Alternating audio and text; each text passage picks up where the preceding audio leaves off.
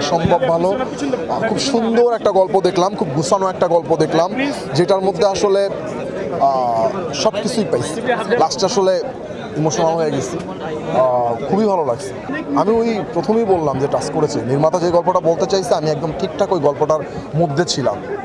ওইখানে ওই জার্নিটা আমার কাছে ঠিকঠাক লাগছে। আমি যে সিটে বসছি যে জার্নিটা করার জন্য আমার কাছে পারফেক্ট লাগছে। খুব ভালো ছিল, খুবই ইমোশনাল একটা মুভি।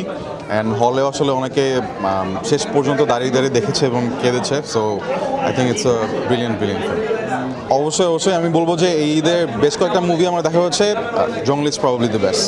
খুবই ভালো লেগেছে যে শুধুমাত্র বাবা মাই আসল বাবা মাই, যে আমাদের বাবা মা নয়, যে কেউ যদি মানে পার্সোনাল ফিলিং থেকে যে বাবা মা, এটা খুবই ভালো ছিল। আমরা সবাই খুব এনজয় করেছি।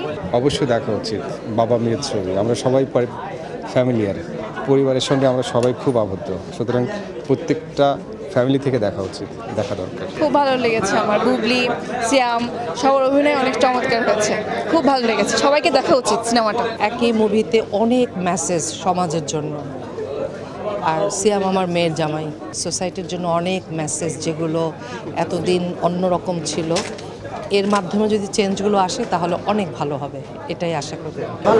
ভালো ভালো খুব খুব ভালো ভালো ভালো ছিল। টিস্যু কান্না এখনও চলছে কন্টিনিউ। এত ইমোশনাল মুভি অনেক দিন পরে দেখলাম। সিয়াম, অনবদ্য, দিঘি, তারপরে বুবলি, সবাই খুবই অনবদ্য। এবং এম এ রহিমকে আমি কংগ্রাচুলেট করছি আবার এত সুন্দর একটি সিনেমা বানানোর জন্য। স্টিল মানে I can't hold my tear, so beautiful. Thank you so much and congratulation Junglee team.